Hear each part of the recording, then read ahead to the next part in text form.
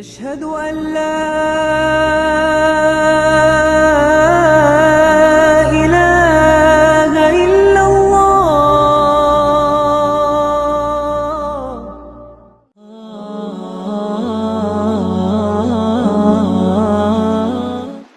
الحمد لله نحمده ونستعينه ونستغفره ونؤمن به ونتوكل عليه ونعوذ بالله من شرور أنفسنا ومن سيئات أعمالنا من يهده الله فلا مضل له ومن يضلل فلا هادي له وأشهد أن لا إله إلا الله وأشهد أن محمدا عبده ورسوله أما بعد فقد قال الله تعالى في القرآن العظيم والفرقان المجيد أعوذ بالله من الشيطان الرجيم بسم الله الرحمن الرحيم يا أيها الناس اتقوا ربكم الذي خلقكم من نفس واحدة وخلق منها زوجها وبث منهما رجالا كثيرا ونساء واتقوا الله الذي تساءلون به والأرحام إن الله كان عليكم رقيبا وقال سبحانه وتعالى في آية أخرى يا أيها الذين آمنوا اتقوا الله حق تقاته ولا تموتن إلا وأنتم مسلمون وقال الله تعالى في آية أخرى يا أيها الذين آمنوا اتقوا الله وقولوا قولا سديدا وقال سبحانه وتعالى في آية أخرى يا أيها الذين آمنوا اتقوا الله حق تقاته ولا تموتن إلا وأنتم مسلمون وقال نبينا صلى الله عليه وسلم أكثر الذكر هادم لذات الموت اللهم صل على محمد وعلى آل محمد كما صليت على إبراهيم وعلى آل إبراهيم إنك حميد مجيد اللهم بارك على محمد وعلى آل محمد كما باركت على إبراهيم وعلى آل إبراهيم إنك حميد مجيد فإن أصدق الحديث كتاب الله وخير الحديث حديث محمد صلى الله عليه وسلم وشر الأمور محدثاتها وكل محدثة بدعة وكل بدعة ضلالة وكل ضلالة في النار أيها الإخوة في الله أوصيكم إياي أولا بتقوى الله. அன்பிற்கினிய அல்லாஹின் நல்லடியார்களே, அல்லாஹ் மாபெரும் கிருபையின் காரணமாக அவன் நம் மீது கடமையாக்கியிருக்கக்கூடிய ஜும்மாவுடைய தொழுகை நிறைவேற்றுவதற்காக வேண்டி ஆரம்ப நேரத்திலேயே வந்து அமர்ந்திருக்கக்கூடிய நம்முடைய எல்லா எண்ணங்களையும் எல்லா செயல்பாடுகளையும் நாளை மறுமையில் அல்லாஹ் ரப்பு சுப்ஹானஹு வ தஆலா நிரப்பமான கூலிக்குரியதாக ஆக்கி அருள் புரிவானாக என்ற பிரார்த்தனையோடு இன்றைய ஜும்மாவுடைய உரையை ஆரம்பம் செய்கின்றேன். அன்பிற்கினிய அல்லாஹ் நல்லடியார்களே, அல்லாஹ் ரப்பு சுப்ஹானஹு வ தஆலா சூரத்துல் முல்க்ல சொல்லி காட்டுகின்ற பொழுது அல்லதி ஹலக்கல் மௌத வல் ஹயாத்த லியப்லுவக்கும் அய்யுக்கும் அஹ்ஸனு அமலா, இந்த வாழ்க்கையையும் மரணத்தையும் அல்லாஹ் உங்களுக்காக வேண்டி படைத்திருக்கின்றான். எதற்காக வேண்டி என்றால், உங்களில் யார் நல்ல அமல்களை செய்யக்கூடியவர்கள், உங்களில் யார் சிறந்தவர்கள் என்பதை அல்லாஹ் சோதிப்பதற்காக வேண்டி இந்த வாழ்க்கையையும் மரணத்தையும் அல்லாஹ் ரப்பு சுப்ஹானஹு வ தஆலா படைத்திருப்பதாக திருமறையில சொல்லி காட்டுகின்றான்.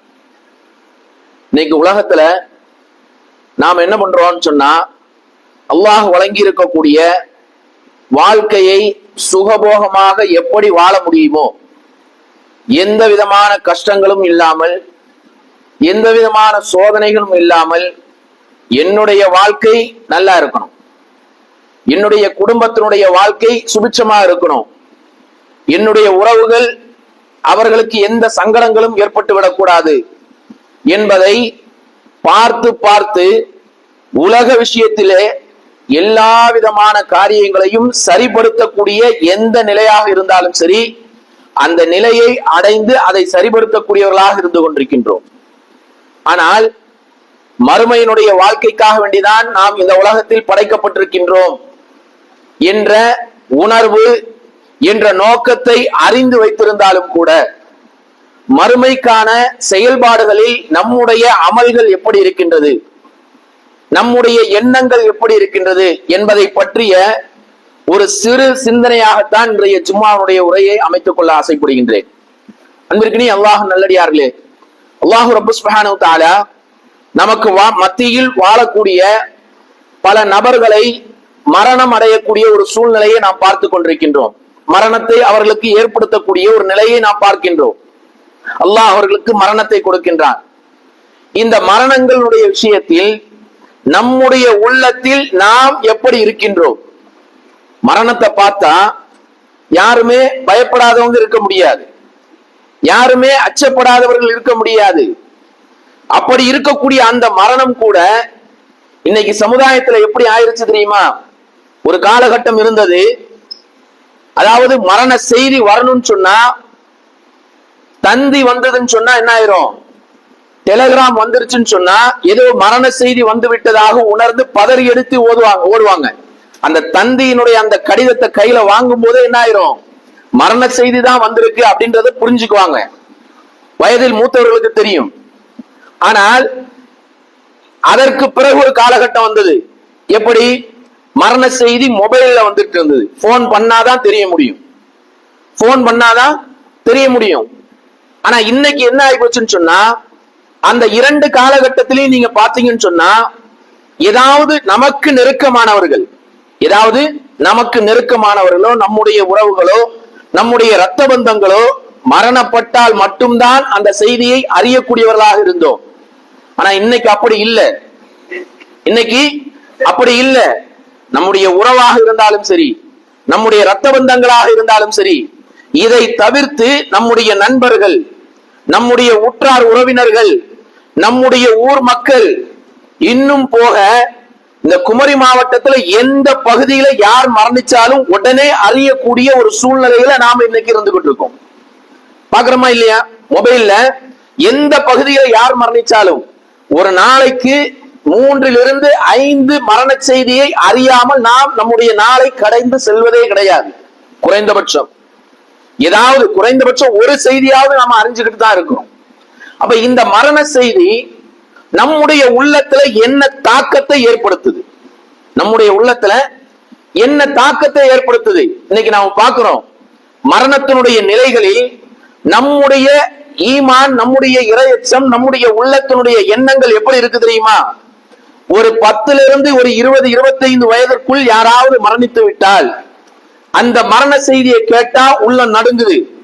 என்னடா சின்ன பிள்ளை, எதையுமே அனுபவிக்கல, அதற்கு முன்னரே அவன் மரணத்தை தழுவி விட்டானே என்ற ஒரு நடுக்கம் நம்முடைய உள்ளத்துல வருது. இது ஒன்று. அதே ஒரு 40 to 50, 55 வயசுக்குள்ள யாராவது மரணிச்சுட்டாங்கன்னு சொன்னா அப்ப நம்முடைய உள்ளத்துல என்ன வரும் தெரியுமா? அவருக்கு என்ன கிடையில கிடக்காம நிம்மதியா போய் சேர்ந்துட்டாரு அப்படின்ற எண்ணத்தோடு அந்த மரணத்தை கடந்து செல்லக்கூடியவர்களாக இருக்கின்றோம். அதே ஒரு 60, 65 அதுக்கு மேல யாராவது இருந்தாங்க, அறுதல் முறை அடைந்து, அதாவது வயோதிகத்தை அடைந்து வயது மூப்பின் காரணமாக யாராவது மரணித்து விட்டால் அந்த மரணத்தின் மூலமாக நம்முடைய உள்ளத்துல என்ன தோணுது தெரியுமா? யாரையும் குறைபடுத்துவதற்கல்ல, யதார்த்தமான நிலையை சொல்லுகின்றேன். உள்ளத்துல என்ன வரும் தெரியுமா? அல்ஹம்துலில்லாஹ், ரொம்ப கஷ்டப்பட்டு இருந்தாரு, நமக்கும் சிரமங்களை தந்துகிட்டு இருந்தாரு, அல்லாஹ் அவருடைய ரூஹ் கைப்பற்றிட்டான் அப்படின்னு சொல்லி அந்த மரணத்தை கடந்து போயிடுறோம். இந்த 3 நிலைகளில் தான் நாம் அந்த மரணங்களை கடந்து சென்று கொண்டிருக்கின்றோம். ஆனா ஒரு இறை விசுவாசி இந்த மரண செய்திகளை எந்த நிலையில் இருந்தாலும் சரி, ஒரு வயசு பிள்ளையா இருந்தாலும் சரி, 100 வயது அடைந்த முதியவராக இருந்தாலும் சரி, யார் மரணித்தாலும் அவர்களுக்கு செய்ய வேண்டிய கடமைன்னு ஒண்ணு இருக்கு. அதே போன்று அந்த மரணத்திலிருந்து படிப்பனை பெற வேண்டிய மிக முக்கியமான ஒரு காரியமும் நமக்கும் உண்டு. அப்ப அந்த காரியத்தை நாம என்ன பண்றது இல்ல, சிந்திக்கிறதே கிடையாது. என்னது? யார் மரணித்தாலும் அவர்களுக்காக வேண்டி பிரார்த்தனை செய்வதை ரசூலுல்லாஹி ஸல்லல்லாஹு அலைஹி வஸல்லம் அவர்கள் என்ன பண்ணிருக்காங்க? கடமையாக்கி இருக்காங்க. ஒண்ணு வேண்டாம், மரண செய்தி நம்முடைய செவிகளுக்கு வருது, நம்முடைய பார்வைக்கு வந்து விட்டது என்று சொன்னால் உடனே நம்முடைய வாயிலிருந்து வரக்கூடிய வார்த்தை என்ன? இன்னா லில்லாஹி வ இன்னா இலைஹி ராஜிஊன். சொல்லாதவர்கள் யாருமே கிடையாது. அந்த வசனத்தினுடைய அர்த்தத்தை உள்ளவர உணர்ந்து உளப்பூர்வமாக என்றைக்காவது நாம சொல்லி இருக்கோமா? யோசிச்சு பாருங்க. நம்முடைய உள்ளபூர்வமாக உள்ளத்துல இறையச்சத்தோடு அல்லாஹ்விடத்திலிருந்தே நாம் வந்தோம், நாம் அல்லாஹ்விற்குரியவர்கள், திரும்ப அல்லாஹ்விடத்திலேயே செல்லக்கூடியவர்களாக இருக்கின்றோம் என்ற உணர்வோடு நாம் என்றைக்காவது அந்த துஆவை ஓதிருக்கோமா? யோசிச்சு பாருங்க. ஏதோ வந்த செய்திக்கு உடனே ஒரு இன்னா லில்லாஹி வ இன்னா இலைஹி ராஜிஊன் அப்படின்னு சொல்லி தட்டி கடந்து சென்று விடுகின்றோம். ஆனா அல்லாஹ்வுடைய தூதர் ஸல்லல்லாஹு அலைஹி வஸல்லம் அவர்கள் என்ன சொன்னாங்க தெரியுமா? இந்த உலகத்தினுடைய ஆசாபாசங்களை எல்லாம் தகர்க்கக்கூடிய மரணத்தை நீங்கள் அதிகம் நினைவுபடுத்துங்கள். அதிகமாக நீங்கள் மரணத்தை நினைவு கூறக்கூடியவர்களாக இருங்கள். ஏன் தெரியுமா?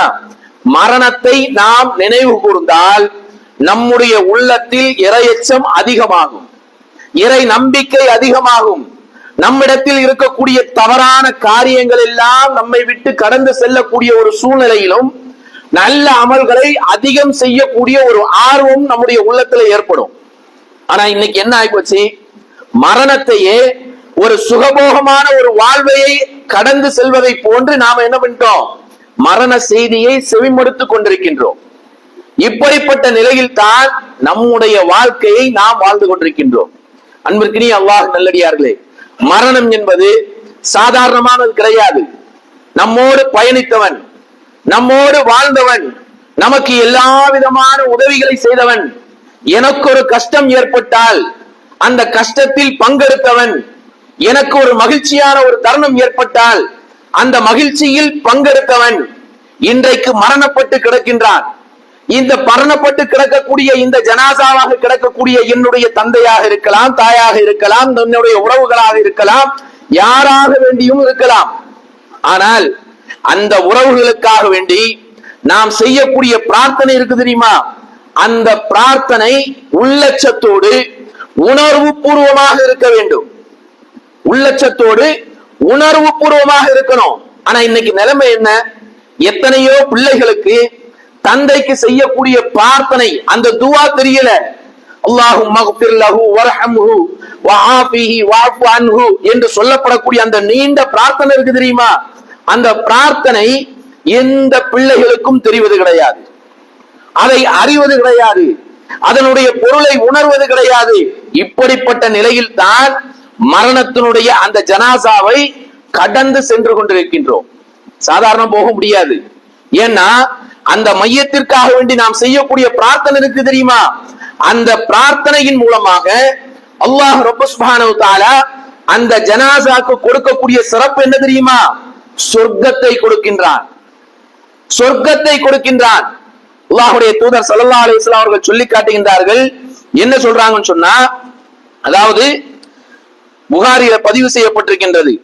அந்த செய்தியில அல்லாஹ்வுடைய தூதர் ஸல்லல்லாஹு அலைஹி வஸல்லம் அவர்கள் சொல்லி காட்டுகின்றார்கள், அதாவது ஒரு காலம் வரும், அந்த காலத்துல மனிதர்கள் எப்படி இருப்பார்கள் என்று சொன்னால், பசியோடு இருக்கக்கூடியவர்கள், பசியோடு இருக்கக்கூடியவர்கள் உணவு தட்டை கொண்டு வந்து முன்னாடி வச்சா அந்த உணவு தட்டை எப்படி தேடி ஓடுவார்களோ அதே போன்று முஸ்லிம்கள் உங்களுக்கு எதிராக, முஸ்லிம்களுக்கு எதிராக மற்றவர்கள் எல்லாம் ஒன்று சேர்ந்து உங்களை தாக்கக்கூடிய ஒரு நிலை ஏற்படும். இன்னைக்கு நாம பாக்குறோமா இல்லையா? முஸ்லிம்களை எங்க பார்த்தாலும் ஏதாவது ஒரு நோவினை செய்ய வேண்டும் என்றே நினைத்துக் கொண்டிருப்பார்கள். அப்ப சஹாபாக்கள் கேட்கிறாங்க திரும்ப, யா ரசூலுல்லாஹ், அப்ப நாங்க அன்னைக்கு வந்து குறைவா இருப்போமா, எண்ணிக்கையில குறைவா இருப்போமா அப்படின்னு கேட்கிறாங்க.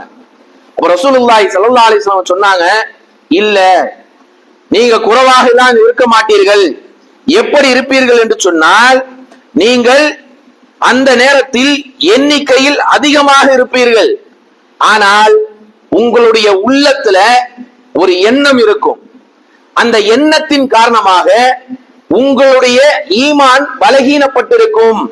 அந்த எண்ணம் என்ன? ரசூலுல்லாஹி ஸல்லல்லாஹு அலைஹி வஸல்லம் சொல்லி காட்டுகின்றார்கள், அல் வஹன். அல் வஹன், வஹன்னா என்ன அப்படின்னு சொல்லி ரசூலுல்லாஹ்ட்ட சஹாபாக்கள் கேக்குறாங்க, யா ரசூலுல்லாஹ், மல் வஹன், வஹன்னா என்ன அப்படின்னு சொல்லி கேட்கக்கூடிய நேரத்துல ரசூலுல்லாஹி ஸல்லல்லாஹு அலைஹி வஸல்லம் அவர்கள் சொல்லி காட்டுகின்றார்கள், வஹன் என்பது உலகத்தை நேசிப்பது, ஹுப்புத் துன்யா,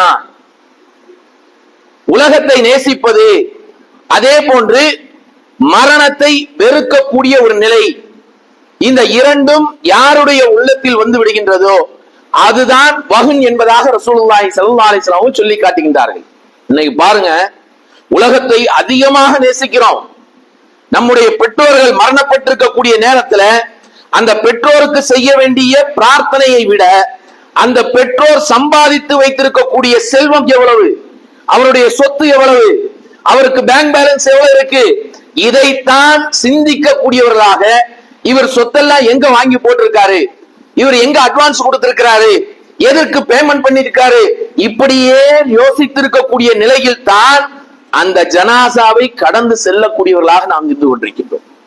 யோசிச்சு பாருங்க. இப்படிப்பட்ட நிலையில் தான் நாம மரணத்தை என்ன பண்றோம், கடந்து சென்று கொண்டிருக்கின்றோம். அல்லாஹ்வுடைய தூதர் ஸல்லல்லாஹு அலைஹி வஸல்லம் அவர்கள் அதைத்தான் சொன்னாங்க. உங்களுடைய உள்ளத்துல என்ன வந்துடும், உலகத்தினுடைய ஆசாபாசங்கள் அது மேலோங்கி விடும். இது மேலோங்கி விட்டது என்று சொன்னால் உயிரோட்டத்தோடு பிரார்த்தனை செய்ய வேண்டிய அந்த ஜனாசாவிற்கு, உண்மையாக பிரார்த்தனை செய்ய வேண்டிய அந்த ஜனாசாவிற்கு நாம என்ன பண்றது இல்ல, உண்மையாக பிரார்த்தனை செய்யறதே இல்லை. எந்த அளவுக்குன்னு சொன்னா, ருக்கு இல்லாத, சுஜூத் இல்லாத 4 தக்பீர்களை கொண்ட அந்த ஜனாசா தொழுகையினுடைய முறையை கூட ஒவ்வொரு ஜனாசாவுடைய சந்தர்ப்பத்திலும் சொல்லி தெரிய வேண்டிய நிலையில் தான் நம்முடைய சமுதாயம் இருந்து கொண்டிருக்கின்றது. யோசிச்சு பாருங்க, இது எவ்வளவு பெரிய கை சேதம். அப்ப இந்த ஜனாசாவின் மூலமாக எனக்கு என்ன படிப்பினை, மரணித்திருக்கக்கூடிய சகோதரன், என்னுடைய நண்பன், என்னுடைய உறவுகள் யாராக இருந்தாலும் என்னோடு இருந்தான், ஆனால் இன்னும் ஒரு சில மணித்துளிகளில் இருட்டு அறையில் ஒரு கபரு குழியில கொண்டு போய் அவனை வைக்க போறாங்க. அந்த இடத்துல அவனுக்கு எதுவுமே இருக்காது, எந்த துணைகளும் இருக்காது, எந்த ஆதரவும் இருக்காது. எது ஒன்றுதான் வரும், அவன் இந்த உலகத்துல செய்த நல்ல அமல்களை தவிர வேறு எதுவுமே வராது. ரசூலுல்லாஹி ஸல்லல்லாஹு அலைஹி வஸல்லம் சொல்லி காட்டுகின்றார்கள், யத்பஉல் மய்யித் ஸலாஸா, மரணத்தினுடைய அந்த மையத்தை பின்தொடரக்கூடியது 3. அந்த 3ல 2 விஷயம் என்ன ஆயிரும், திரும்ப வந்துரும். அதுல 2 விஷயம் என்ன, அவன் சம்பாதித்த செல்வம், அவனுடைய உறவுகள் எல்லாம் திரும்ப வந்துருவாங்க. வயபகா வாஹித், ஒன்னே ஒண்ணுதான் தங்கி இருக்கும் அவன் கூட. அவன் கூட இருக்கக்கூடியது எது, அவன் செய்த நல்ல அமல்கள், அவன் செய்த நல்ல அமல்கள்.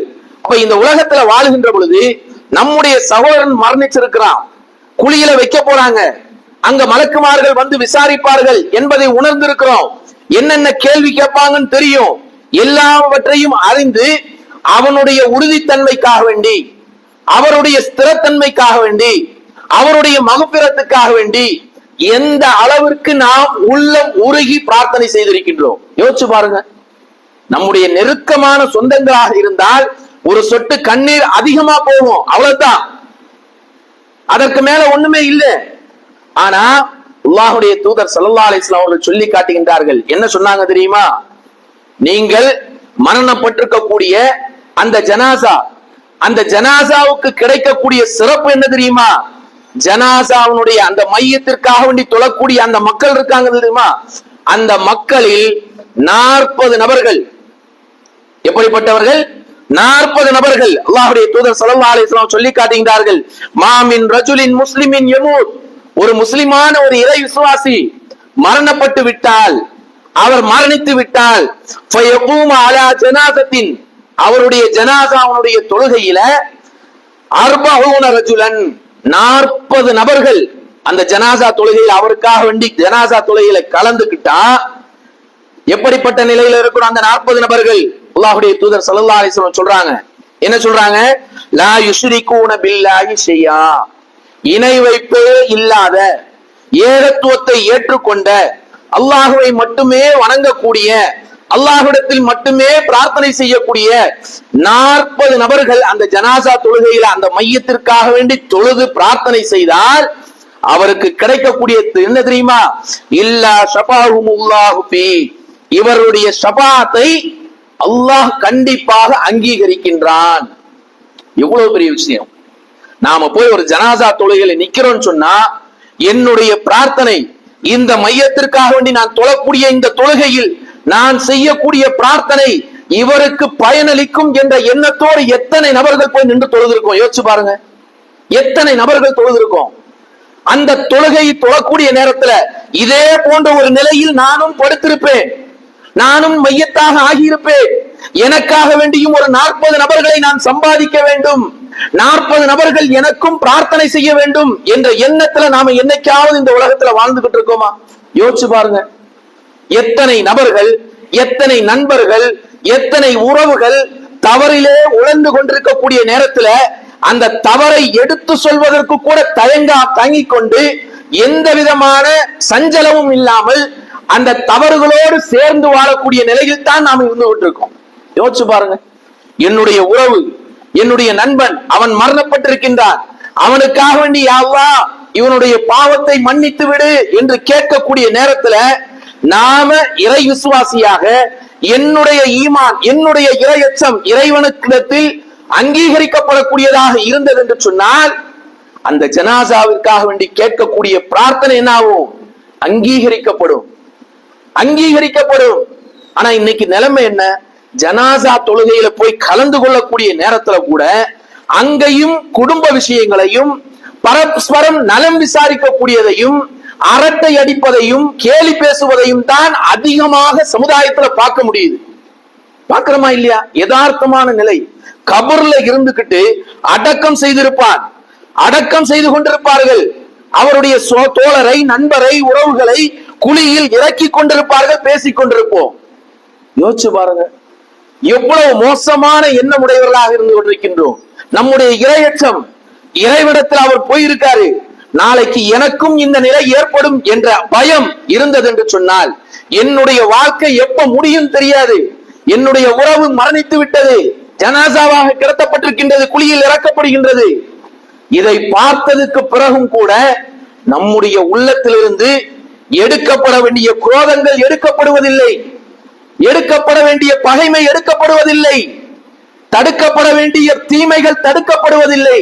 இதை அப்படியே அங்கிருந்தே திரும்பவும் தொடர்ந்து கொண்டேதான் இருக்கின்றோம், அப்படியே தொடர்ந்து கொண்டேதான் இருக்கின்றோம். யோசிச்சு பாருங்க. அல்லாஹ் ரப்பல் சுப்ஹானஹு வ தஆலா திருமறையில சொன்னா, "கலக்கல் மௌத வல் ஹயாத லியப்லுவக்கும்", மரணத்தையும் வாழ்வையும் உங்களை சோதிப்பதற்காக வேண்டிதான். நீங்க எப்படி நடந்துகிட்டு இருக்கீங்க? நாளை மரணப்படுக்கையில் நீ இந்த இடத்தில் நீ கிடப்பாய், உனக்காக வேண்டி பிரார்த்தனை செய்யக்கூடியவர்களை நீ தயார்படுத்தினாயா? யோசிச்சு பாருங்க. நான் மரணிச்சால் எனக்காக வேண்டி என்னுடைய இறைவனிடத்தில் என்னுடைய நண்பர்கள், என்னுடைய உறவுகள், என்னுடைய பெற்றோர்கள், என்னுடைய பிள்ளைகள் பிரார்த்தனை செய்யக்கூடிய நிலையில் நான் அவர்களை தயார்படுத்தி வைத்திருக்கின்றேனா? யோசிச்சு பாருங்க. எவ்வளவு பெரிய கை சேதத்துல இருப்போம், எவ்வளவு பெரிய கை சேதம். நமக்காக வேண்டி இணை வைப்பில்லாத 40 நபர்கள் பிரார்த்தனை செய்தால் அந்த பிரார்த்தனையை அல்லாஹ் அங்கீகரிக்கின்றான். அவங்க என்ன பிரார்த்தனை செய்வாங்க? நமக்காக வேண்டி என்ன பிரார்த்தனை செய்வாங்க? யா அல்லாஹ் இவருக்கு இரக்கம் காட்டு, இவருக்கு மன்னிப்பை கொடு, இவருடைய கேள்வி கணக்குகளுக்கு சிறத்தன்மையோடு பதில் சொல்லக்கூடிய அந்த உறுதித்தன்மையை கொடு. இதைத்தான் நம்ம கேட்போம். அந்த தன்மை அவருக்கு ஏற்பட வேண்டும் என்று சொன்னால், நமக்கும் ஏற்பட வேண்டும் என்று சொன்னால் நாமும் என்ன பண்ணணும்? நம்மோடு பயணித்தவர் மரணித்து விட்டார், இனி உள்ள காலத்துல நான் என்னுடைய மையத்திற்காக வேண்டி, என்னுடைய மரணத்திற்காக வேண்டி, நான் மரணித்து படுக்க வைக்கப்பட்டதற்கு பிறகு எனக்காக வேண்டி பிரார்த்தனை செய்யக்கூடிய ஒரு சமுதாயத்தை நாம ஏற்படுத்தணும். யோசிச்சு பாருங்க. அப்படிப்பட்ட ஒரு சமுதாயம் நம்முடைய வீட்டுல, இன்னைக்கு ஜும்மா தொழுதுட்டு வீட்டுல போய் உட்காருங்க, உட்கார்ந்துகிட்டு திரும்பி பாருங்க. உங்களுடைய வீட்டுல உங்களுடைய மனைவி, உங்களுடைய பிள்ளைகள், உங்களுடைய உறவுகள், இவர்களில் எத்தனை நபர்கள் நமக்காக வேண்டி உள்ளச்சத்தோடு பிரார்த்தனை செய்வார்கள்? அவருடைய செயல்பாடுகள் எப்படி இருக்கு? சிந்திச்சு பாருங்க. குறைபாடுகள் இருந்தால் அவரிடத்துல எடுத்து சொல்லுங்க. ஏன்னா இன்னைக்கு பல வீடுகள்ல நம்ம பார்த்தோம்னு சொன்னா, வாப்பா தொழுதா மகன் தொழுறது இல்லை, மகன் தொழுதா வாப்பா தொழுறது இல்லை. இப்படித்தான் கடந்து சென்று கொண்டிருக்கின்றோம். யாரும் யாரிடத்திலையும் போய் சொல்றது கிடையாது. என்ன தெரியுமா சொல்றோம்? நம்ம போய் சொன்னா பிரச்சனைங்க, இப்படியே கடந்து போயிடும். கடந்து போகாதீங்க. என்னுடைய மரணத்திற்கு பிறகு நான் மரித்தால் எனக்காக வேண்டி பிரார்த்தனை செய்யக்கூடிய ஒரு நிலை எனக்கு ஏற்பட வேண்டும் என்ற நிலையில் நாம் அவரிடத்தில் பழகக்கூடியவர்களாக இருக்க வேண்டும். அன்பிற்கினியவர்களே, சாதாரணமாகவே நாம் என்ன பண்றோம்? மரணத்தை அற்பமாக கருதி அப்படியே கடந்து சென்று கொண்டிருக்கின்றோம். அப்படி கடந்து செல்வதன் மூலமாக எந்த பயனும் கிடையாது. நாம் செய்யக்கூடிய பிரார்த்தனை அங்கீகரிக்கப்பட்டால் அதே போன்ற ஒரு நிலையை அல்லாஹ் நமக்கும் ஏற்படுத்துவான். அல்லாஹ் நமக்கு ஏற்படுத்துவான். கண்டிப்பா அதுல எந்த மாற்று கருத்தும் கிடையாது. ஆனா இன்னைக்கு நிலைமை என்ன? அந்த மரணத்தை பற்றியோ அந்த மரணத்திற்கு பிறகு இருக்கக்கூடிய வாழ்க்கையை பற்றியோ எந்த சிந்தனையும் இல்லாமல் தான் ஏதோ நேரம்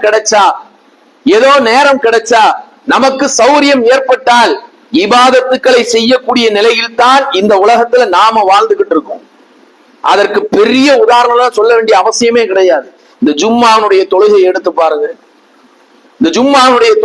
பாருங்க. இங்க வந்திருக்கக்கூடிய எல்லா நபர்களுக்கும் தெரியும் ஜும்மாவுடைய தொழுகைக்கு எப்ப வரணும். தெரியாதுன்னு சொல்லக்கூடிய யாருமே கை தூக்க முடியாது. எல்லாருக்குமே தெரியும், எல்லாருக்கும் சொல்லப்பட்டிருக்கு. ஜும்மாவுடைய தொழுகைக்கு இமாம் மிம்பர்ல ஏறுறதுக்கு முன்னாடியே பள்ளிவாசல்ல வந்து உட்கார்ந்தா தான் மலக்குமார்கள் வாசலில் இருந்து அந்த பதிவு புத்தகத்தில் நம்முடைய பெயர்களை பதிவு செய்வார்கள். மறுமையில போய் நின்று நம்முடைய பட்டோலையை எடுத்து காட்டா அந்த பட்டோலையில இந்த நேரத்திற்கு பின்னால் வந்தவருடைய பெயர்கள் எதுவுமே பதிவு செய்யப்பட்டிருக்காது. யோசிச்சு பாருங்க, இந்த நிலை நமக்கு தேவையா? இது மரணப்பட்டதற்கு பிறகு கிடைக்காது. நம்முடைய மரணம் வருவதற்கு முன்னாடியே நம்முடைய குறைந்தபட்ச இந்த செயலை கூட நாம மாற்றுவதற்கு தயாராக இல்லை. குறைந்தபட்ச இந்த செயலை கூட எத்தனை பள்ளிவாசல்கள், இந்த பள்ளிவாசலை மட்டும் நம்ம குறிப்பிட்டு சொல்லல, எல்லா பள்ளிவாசலுடைய நிலைகளும் அப்படித்தான் இருந்து கொண்டிருக்கின்றது. இமாம் இரண்டாவது ரக்காத்துல அத்தையாத்துல உட்கார்ந்துட்டு இருக்கக்கூடிய நேரத்துல கூட தான் வந்து சேரக்கூடிய எத்தனையோ முஸ்லிம்கள் இருந்து கொண்டிருக்கின்றார்கள். வருத்தப்பட்டு சொல்லுகின்றோம். யோசிச்சு பாருங்க, ஏன் நம்முடைய உள்ளத்துல தாக்கத்தை ஏற்படுத்தலையா? நம்முடைய நண்பர்கள், நம்மோடு பழகியவர், நம்மோடு லேட்டா பள்ளிவாசலுக்கு வந்த ஜும்மாவுக்கு வந்தவர்கள் எத்தனை நபர்கள் மரணித்திருப்பார்கள். அந்த மரணத்தினுடைய தாக்கம் உங்களுக்கு ஏற்படுத்தவில்லையா? யோசிச்சு பாருங்க. அல்லாஹ்வுடைய தூதர் ஸல்லல்லாஹு அலைஹி வஸல்லம் அவர்கள் அதனால்தான் அதிகமாக மரணத்தை நினைவு கூற சொல்றாங்க.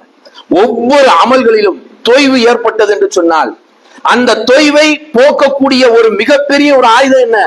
மரணம்.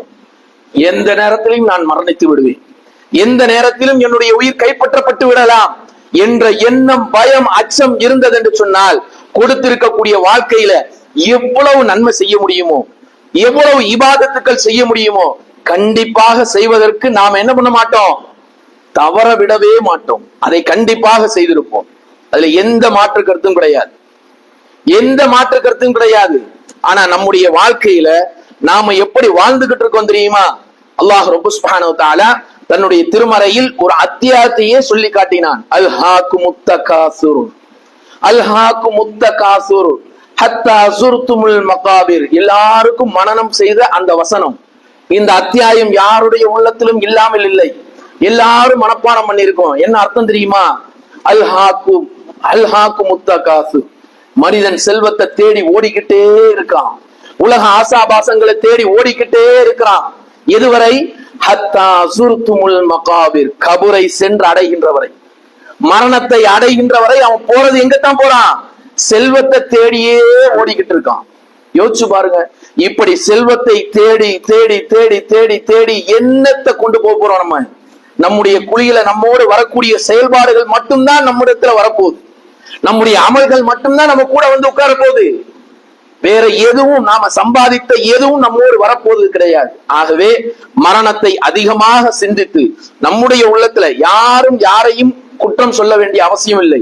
நம்முடைய உள்ளத்துல தெரியும் நான் என்னென்ன காரியம் செய்யல, என்னென்ன காரியத்தை தவற விட்டுருக்கேன். இன்னைக்கு காலையில இருந்து எந்திரிச்சேன், சுபுகனுடைய முன் சொன்ன தொழுதனா, சுபுகனுடைய ஜமாத்தோடு தொழுதனா, இல்ல எப்படி தொழுதேன், இன்னைக்கு ஓத வேண்டிய அவுராதுகளை ஓதனா, இன்னைக்கு காலையில எந்திரிச்சு பிரார்த்தனை செய்தோமா, எல்லாவற்றையும் அப்படியே ஒரு நேரம், ஒரு நிமிடம் இருந்து யோசிச்சு பாருங்க. யோசித்து பார்த்தால் எவ்வளவு விஷயங்களை தவற விட்டிருக்கின்றோம் என்பது நம்முடைய உள்ளத்துல நமக்கே தெரியும். யாரும் சொல்ல வேண்டிய அவசியமே இல்லை. ஆகவே அன்பிற்கினி அல்லாஹ் நல்லடியார்களே, அல்லாஹ் ரப்ப சுப்ஹானஹு வ தஆலா சொல்லி காட்டுகின்றான், நீங்கள் திரும்ப திரும்ப நினைவுபடுத்திக் கொண்டே இருங்கள், இறை விசுவாசிகளுக்கு கண்டிப்பாக பயனளிக்கும் என்று அந்த வாக்குறுதியின் அடிப்படையில் நான் உங்களுக்கு நினைவுபடுத்தியிருக்கின்றேன். அல்லாஹ் ரப்ப சுப்ஹானஹு வ தஆலா எதை நாம் கேட்டோமோ அதன் அடிப்படையில் நம்மிடத்தில் இல்லாத நல்ல காரியங்கள் நாம் செயல்முறைப்படுத்துவதற்கும், நம்மிடத்தில் இருக்கக்கூடிய தீமையான காரியங்களிலிருந்து விலகக்கூடிய நல்ல மக்களாக அல்லாஹ் ரப்ப சுப்ஹானஹு வ தஆலா நம் அனைவரையும் ஆக்கி அருள் புரிவானாக. ரப்பனா ஆத்தினா ஃபித் துன்யா ஹஸனா வ ஃபில் ஆখিরাতি ஹஸனத்தன் வ கினா அஸாபன்னார். يا أيها الذين آمنوا اتقوا الله وقولوا قولا سديدا يصلح لكم أعمالكم ويغفر لكم ذنوبكم ومن يطع الله ورسوله فقد فاز فوزا عظيما.